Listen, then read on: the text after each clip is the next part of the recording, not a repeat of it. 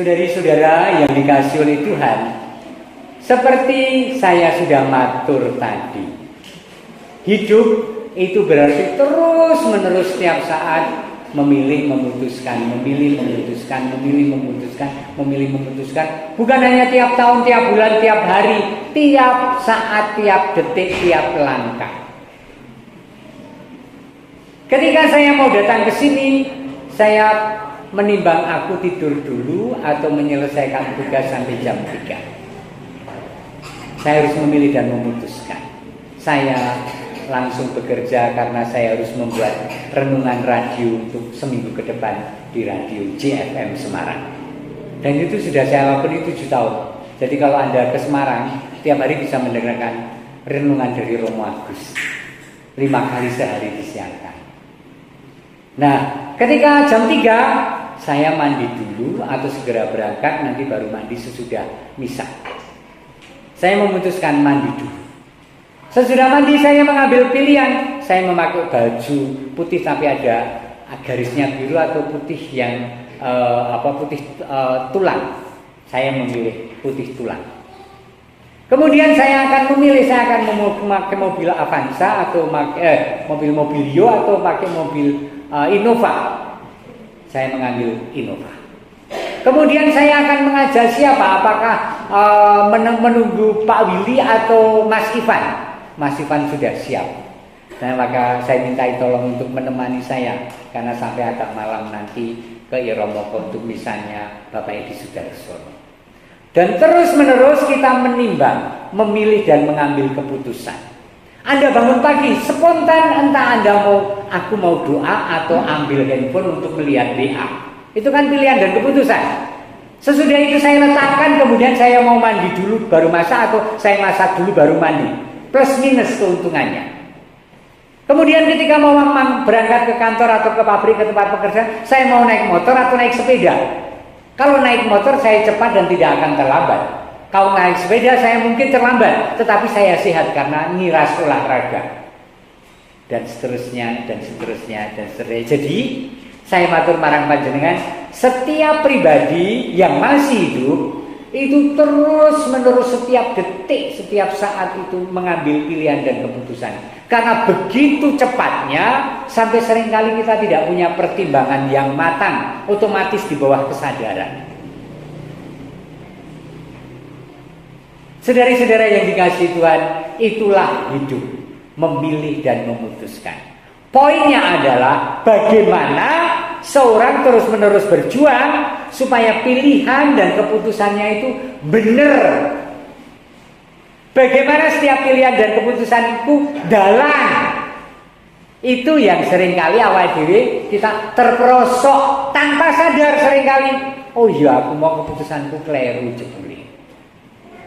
Pulang dari Makaryo, jalane rada padhet, aku rada kesel, langsung mulih ke rumah menemui pasangan hidup dan anak-anak saya, keluarga saya. Atau sebaiknya saya ngopi di angkringan dulu sampai agak sore, gitu kan? Nek ngopi kan orang ngantuk terus re numpak motor atau ngepit. Lalu Anda memilih ngopi. Ternyata ngopi dan seger, pulang seger, naik motor atau sepeda seger sampai di rumah. Ternyata anak Anda sakit dan butuh ke dokter dan menunggu ayahnya untuk mengantar sejak tadi. Lihat bahwa seringkali yang kita yakini benar pun keliru. Nah, keliru dan benar itu ukurannya adalah buah dari pilihan dan keputusan kita.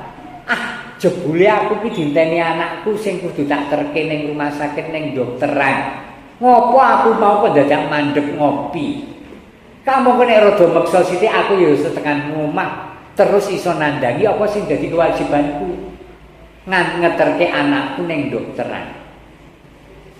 Nah, satu poin adalah hidup, memilih dan memutuskan. Poin yang kedua ini penting. Bagaimana sekali lagi pilihan dan keputusan itu benar, wicaksono, landalan. Artinya sungguh-sungguh lurus dan bijaksana pada pilihan-pilihan itu membutuhkan satu, A, pembiasaan menimbang dengan cermat.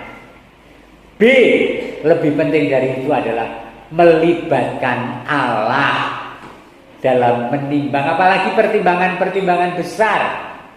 Aku melamar pekerjaan ke beberapa tempat, dan beberapa tempat itu mengundang saya, menerima saya, sudah tes semuanya.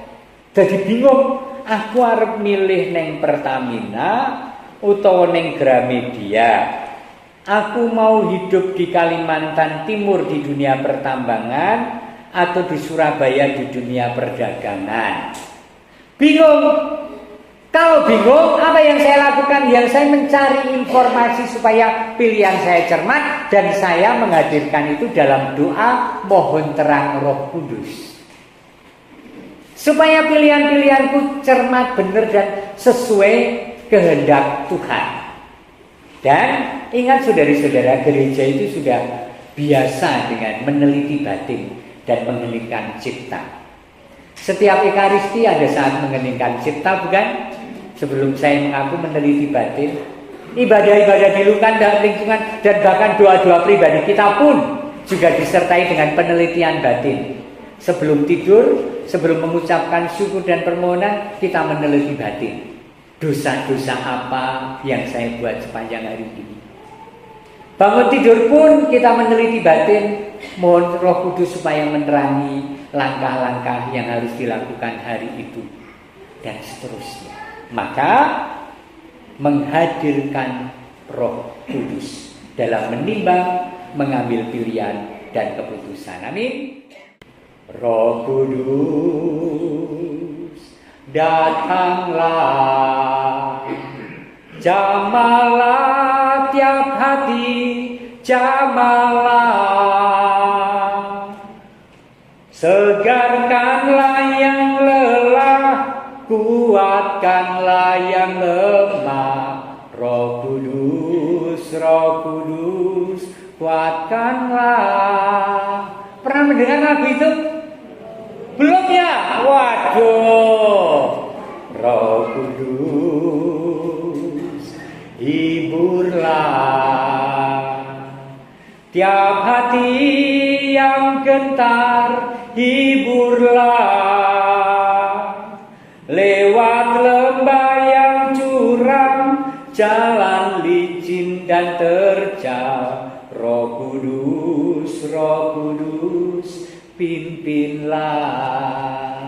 Mohon Roh Kudus datang, memimpin, ikut menimbang setiap langkah. Kapan kita melangkah dan mengambil pilihan dan keputusan? Setiap hari, setiap saat. Kapan kita bisa tersesat? Hampir kerap tersesat pada pilihan-pilihan yang keliru tentang banyak hal. Bahkan tentang perkara-perkara besar. Aku biar kok milih yo, bojoki kok iki yo, padahal aku biar disenengi karo wong iki. Nah, ciloko.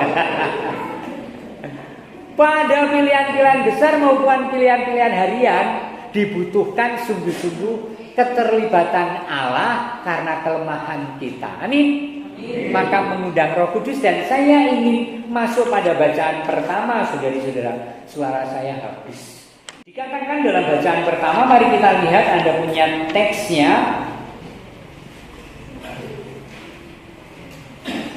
Siapakah gerangan sampai mengenal kehendakmu, kalau engkau sendiri tidak menganugerahkan kebijaksanaan, dan jika Roh Kudusmu dari atas tidak kau utus?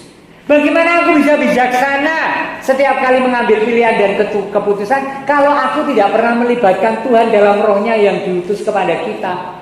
Bagaimana Roh Kudus sungguh berkarya dalam diri kita kalau kita tidak pernah memintanya dan menutup pintu kita untuk kedatangan Roh Kudus? Roh Kudus kita tutupin yang batok, wis ra iso apa-apa, ora iso membantu kita. Roh Allah itu, karena jangan Tuhan, jangan, aku urus sendiri. Tanpa kamu aku bisa. Akibatnya urip kita keceglong-ceglong seringkali. Maka hari ini poin yang penting adalah melibatkan yang Roh Suci.